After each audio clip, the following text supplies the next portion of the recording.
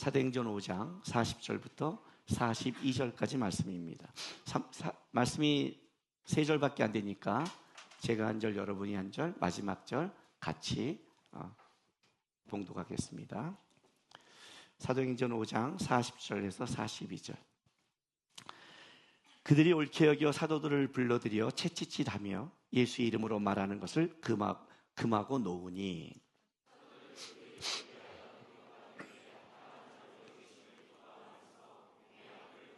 같이 있습니다. 그들이 날마다 성전에 있든지 집에 있든지 예수는 그리스도라고 가르치기와 전도하기를 그치지 아니하더라. 아멘. 배가 고프면 어떡하죠? 몸이 아프면. 잘 아시네요. 그죠? 내 신앙이 다운될 때는 어떻게 해야 되죠?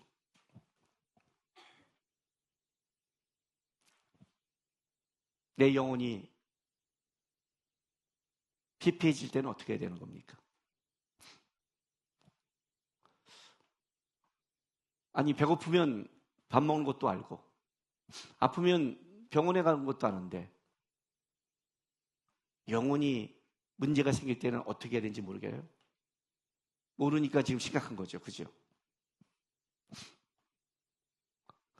제가 지금 여기 올라올 때 하나 딱 착각한 게 있어요. 밑에서 해야 되는 건데 이거를 풀는다는 걸 깜빡했어요. 항상 풀어오는 건데 오늘은 깜빡했네요. 설교할 때 폼이 안 나서. 이래야 좀 폼이 나잖아요. 여러분 여기만 쳐다보니까 나이가 60이 넘으니까 몸이 점점 아파와요. 점점 아파오고 점점 겉사람이 무너져요. 더 하겠죠. 그죠? 더 하겠죠. 그런데 성경은 이렇게 말합니다. 고린도후서 4장 16절.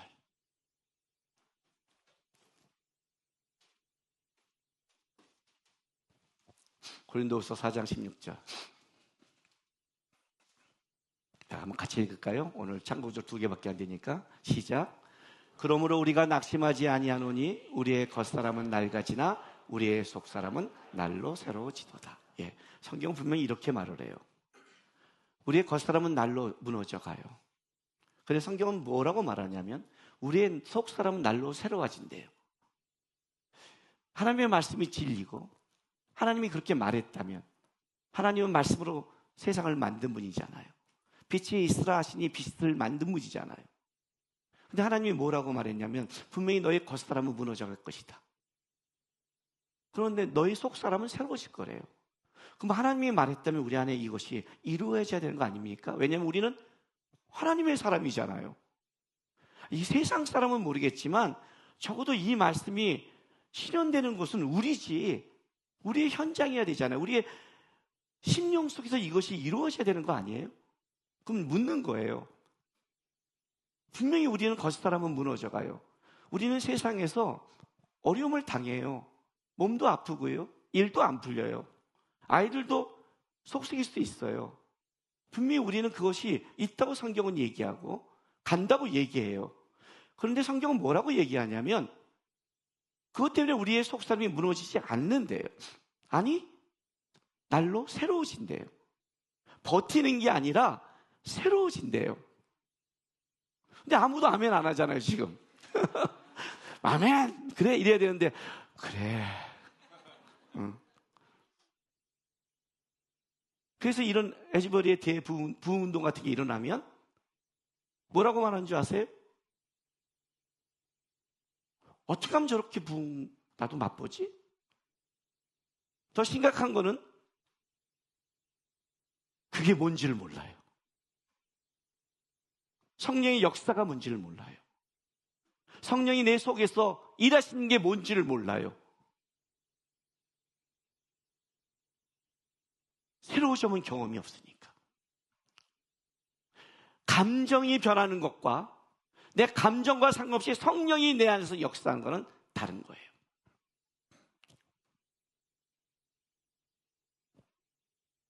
그럼 우리는 우리의 속사람이 새로워지기 위해서 뭘 하나요? 여러분이 겉모습은 점점 무너져 갈 텐데. 그죠? 점점 몸도 불편해지고.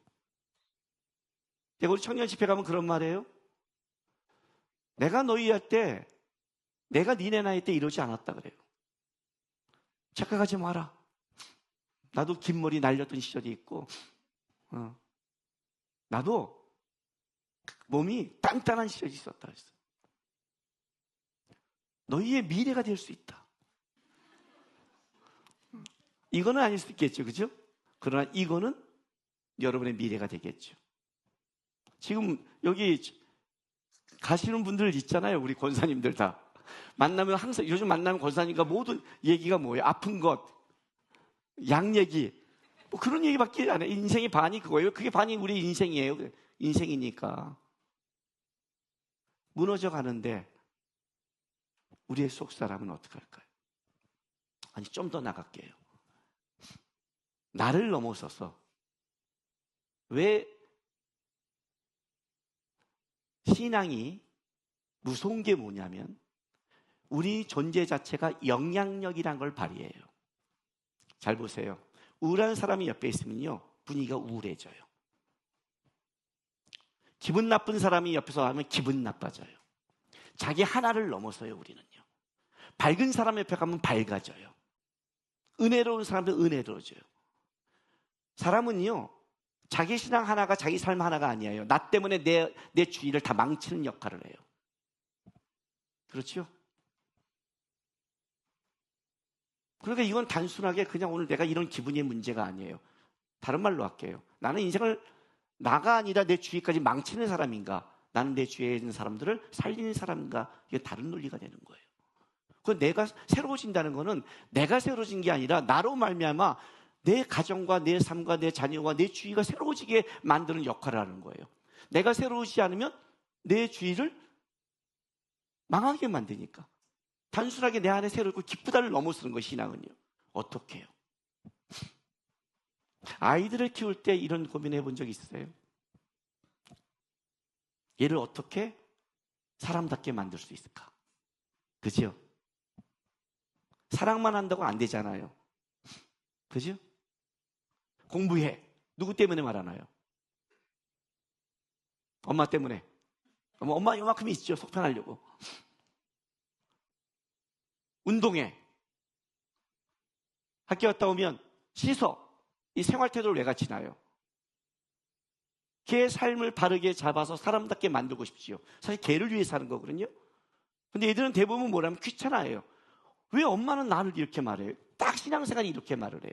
하나님이 우리에게 어떤 걸 요구할 때 그게 누구 때문이라고 생각하세요? 하나님 때문에? 아이, 뭔 소리 하세요? 하나님은 충만하시고 넉넉하신 분이에요. 사실 우리 때문에 그러는 거예요. 예배드려, 말씀 봐, 기도해, 이렇게 참아. 이런 것들을 왜 하냐면 우리가 그래야지 우리 속사람이 변화되는 걸 알기 때문에. 하나님 우리 때문에 그걸 강구하는 거예요. 사실. 근데 아이들이 모르죠. 철이 없으니까. 나중에 지나야 알죠. 어떻게 철들게 할까요? 저도 우리 아이들 때문에 이 기도를 한 적이 있어요. 하나님, 어떻게 하면 우리 하람이아 준이가 하나님 앞에서 하나님을 더 알고 배우고 나갈 수 있는 사람이 될 수 있을까요? 기도한 적이 있어요. 사람이 철들려면 한 가지가 분명한 게 있어요. 뭐가 있어야 되는 줄 아세요? 고생을 좀 하면 돼요. 어설픈 거 말고 진짜 고생 제대로 하면 돼요. 제가 그 고생하면서 철들었잖아요.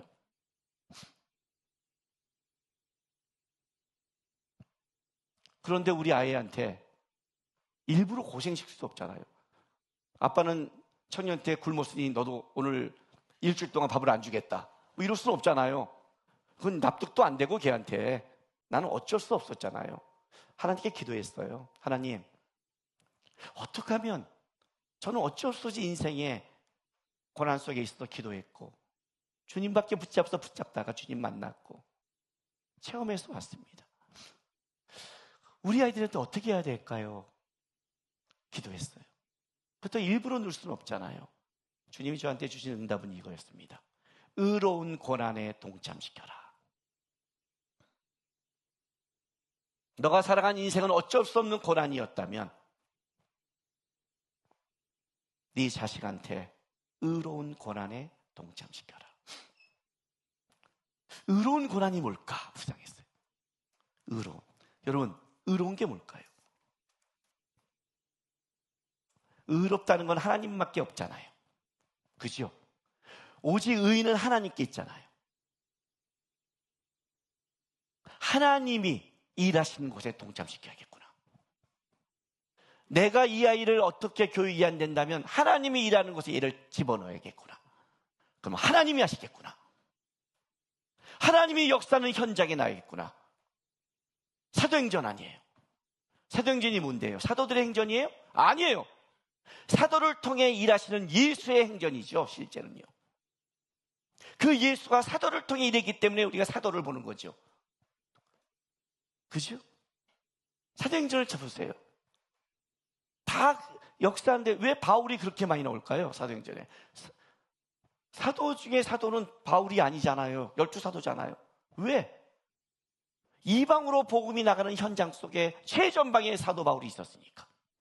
하나님은 사도 바울을 기록하고 싶은 게 아니에요. 하나님이 이렇게 일하는 현장을 기록하고 싶은 거예요. 그때 제가 배운 게 있어요.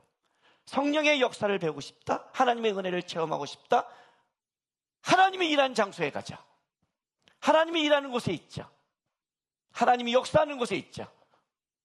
거기에 내 삶을 두자. 내 몸을 두자. 그게 내가 본 거였어요. 그리고 내 과거를 봤더니 실제 그래요. 우리 때는 철야 기도를 했어요. 심야가 아니에요. 밤 11시 반부터 아침 6시까지 기도를 했어요. 저는 10년 넘게 그렇게 한 사람이에요. 20대부터 전도사 나갈 때까지 10년이 넘게 저는 철야 기도를 안 가본 적이 없어요. 밤새 기도했어요. 새벽 기도도 나갔고요. 금식도 했고요. 말씀도 읽었고요.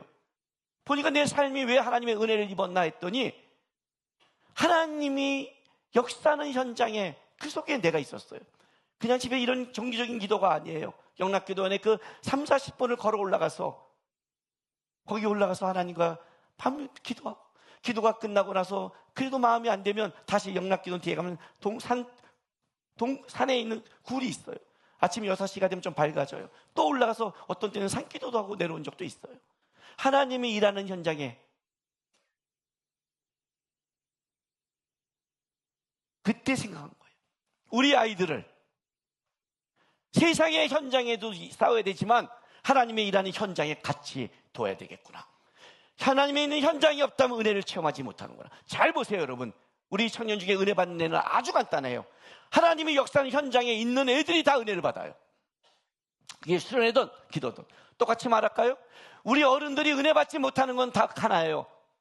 하나님의 일하는 현장에 시간과 몸이 없어요. 주일 예배만 까짝 드리고 어떻게 신앙이 자라요? 그런 건 없어요. 영양실조만 겨우겨우 면하는 거죠. 하나님의 일하는 의로운 현장이 뭘까? 그 기도하면서 찾기 시작했어요. 왜냐면 우리 아이들이 거기서 하나님을 만나고 하나님이 끌어가심을 경험해야 되니까. 그 중에 하나가 선교였어요.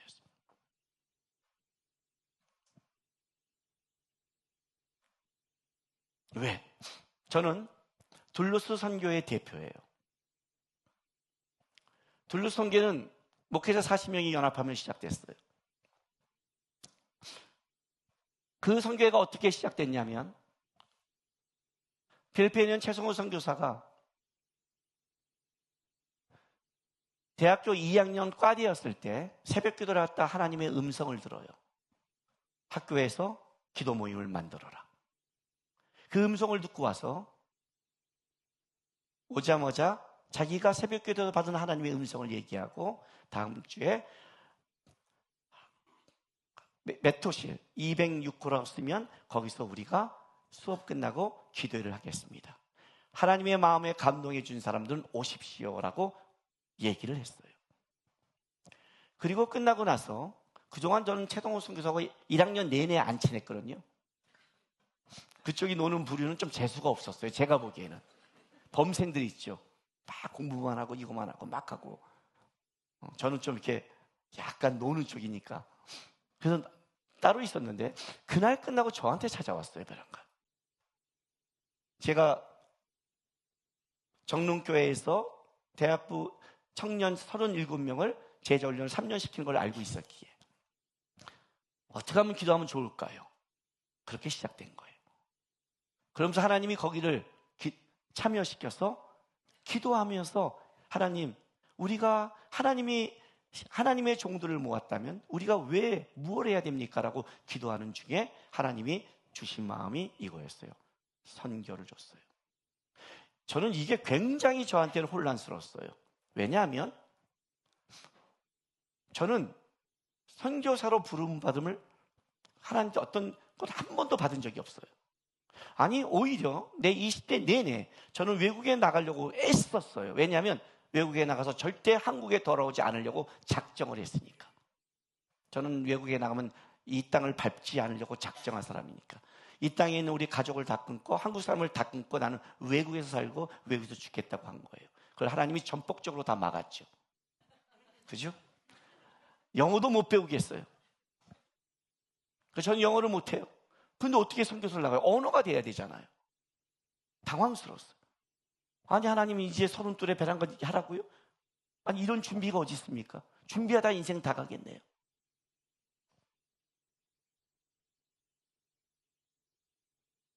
제가 선교사입니까? 목회자입니까?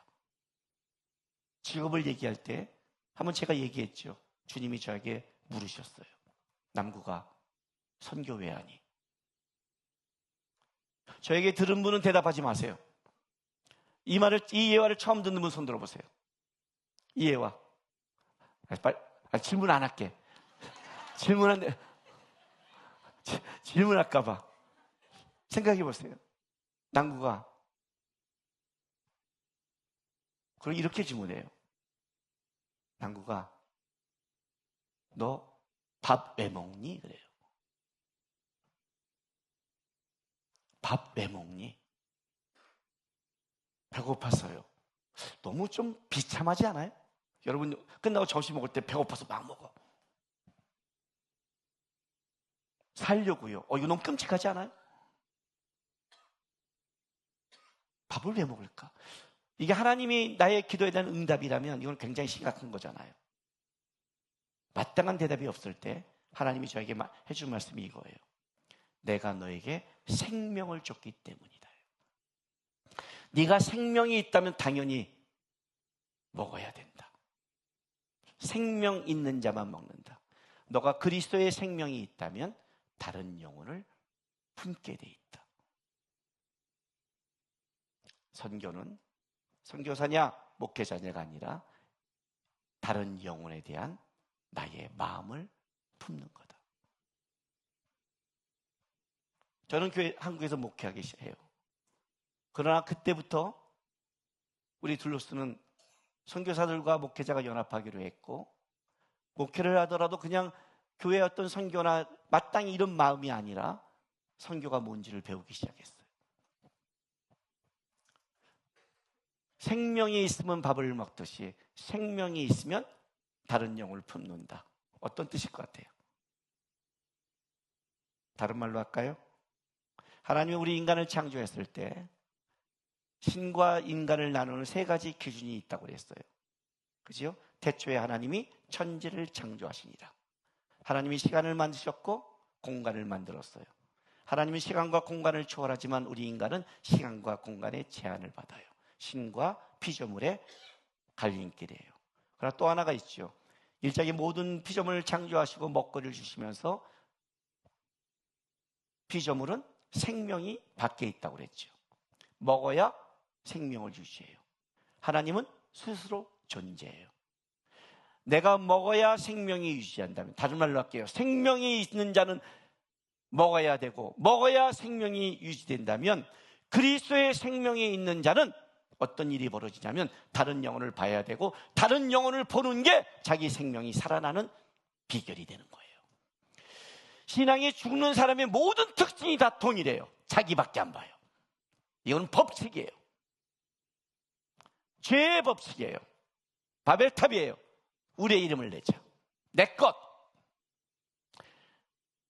세상에 갖는 모든 법칙. 나. 창세기 10장에 아브라함은 바벨탑이 아니라 갈 때마다 제단을 쌓고 여호와의 이름을 불러요. 신앙의 이름을 가진 자는 다 나에서 여호와로 바뀌어요. 여호와로 바뀌었다는 건 어떤 뜻을 갖고 있느냐? 하나님이 말씀한 땅을 걸어가는 것이고, 하나님이 말한 영혼을 바라보는 것이고, 하나님이 하는 것을 보는 거예요. 싫든 좋든이 아니라 가는 거예요. 여러분, 좋아서만 밥 안 먹잖아요. 아파도 밥 먹어야 되잖아요. 살아야 되잖아요. 먹어야. 조건식건이 아니에요. 싫어서 다른 영혼을 안 보고, 싫어서 다른 것을 안 보면 내 영혼은 죽어가는 거예요. 피폐해져요. 겉사람 못지않게 속사람이 더 피폐해져요. 속사람이 새로운 방법은 한 가지밖에 없어요. 이 다음에 우리 하나님 앞에 서야 되잖아요. 자신 있으세요? 잠언 16장 2절 볼까요?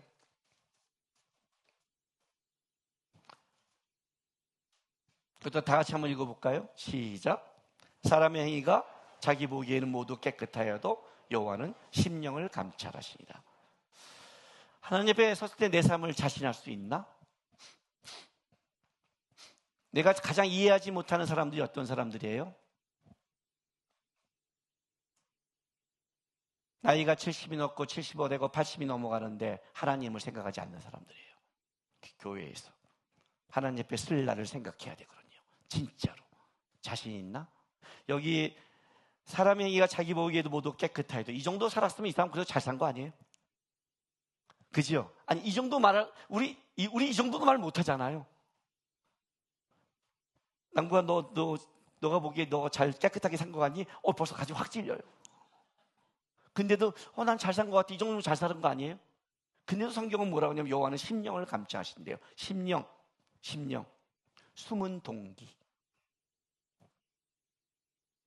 네 속에 깊이 감춰진 동기를 나는 감찰한다. 저울질레보다 달아본다.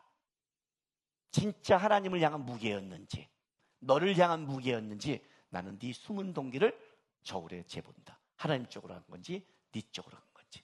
쉽지 않죠. 그죠? 우리는 우리 숨은 깊은 거를 보기 힘들자. 쉽지 않아요.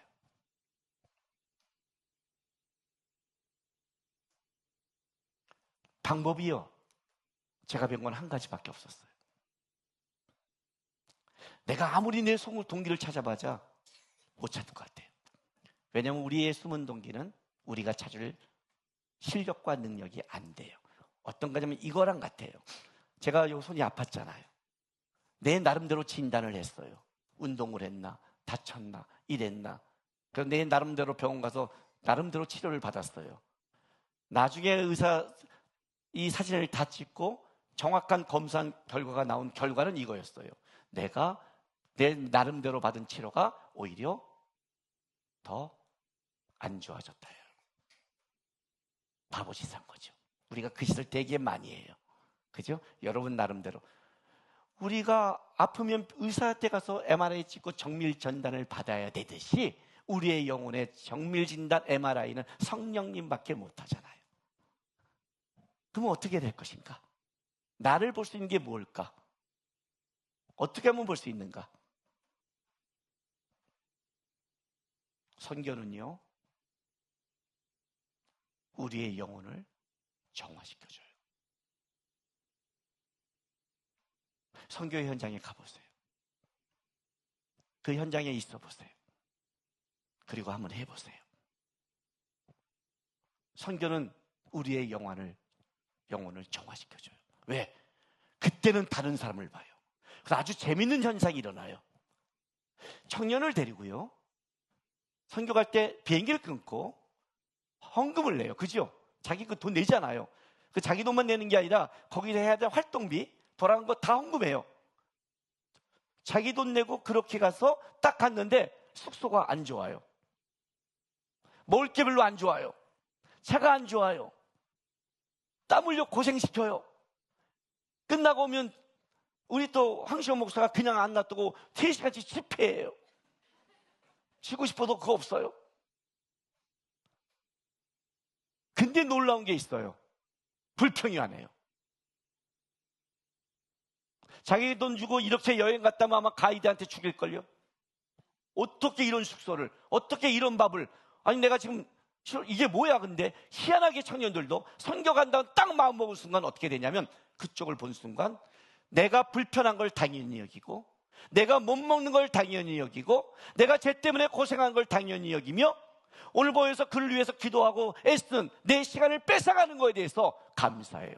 왜?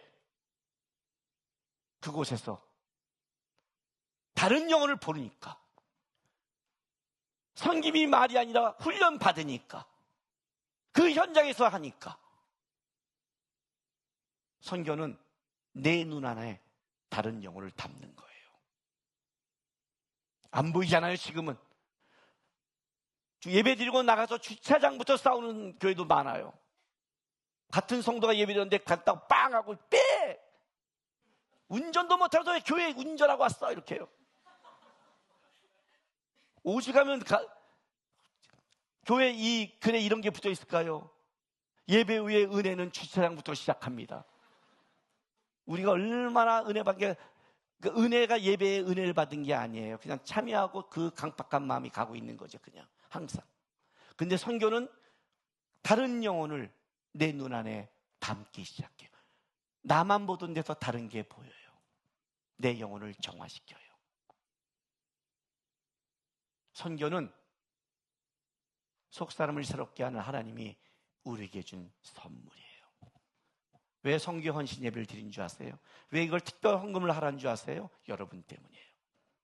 헌금하셔야 되는 거예요. 평생의 선교도 나가보셔야 돼요. 다른 쪽을 좀 보세요. 왜? 살아야 되니까. 살아야 되니까. 겉사람도 무너지는데 속사람도 피폐해서 하나님께 쓸 수 없잖아요. 알잖아요. 가슴에 손을 얹고 세보세요. 내 영혼의 속사람이 지금 은혜가 있는 거 아닌가 본인이 알잖아요. 없으면 입을 다무셔야죠. 없으면 그 자리에 가야죠. 없으면 소망해야죠. 없으면 따라가면 되잖아요. 그럼 하나님이 역사하잖아요. 그 중에 하나가 선교라는 거예요. 죄의 나라를 위해, 열방을 위해 거창한 말 하지 마세요. 여러분 아니어도 하나님 하세요. 그분이 그 오실 날까지 열방을 향한 그분의 열심이 꺾이지 않아요. 그 안에 내가 있는 게 은혜일 뿐이에요. 그곳에 있을 때 내가 살아나요. 그래서 저는 선교지에 갈 때 그들을 위해 가지 않아요. 우리가 뭘 할 수 있겠어요? 우리가 하는 그 시간이 걔에게 무슨 도움이 되겠어요? 주님이 하시는 거죠. 그러나 그곳에 갔다 왔을 때 주님이 우리 안에 일하시는, 내 안에 나를 보게 해요. 잊고 살았구나. 물질에 빠졌구나. 나밖에 몰랐구나. 강팍해졌구나. 세상 사람과 똑같구나. 배우고 오는 거예요. 다시 주님, 속사람을 주님의 눈과 마음으로 하겠습니다. 그게 선교예요. 하나님이 우리에게 다른 영혼을 품는 아름다운 선물. 기도하시고 동참하시고 함께한 여러분 됐으면 좋겠습니다.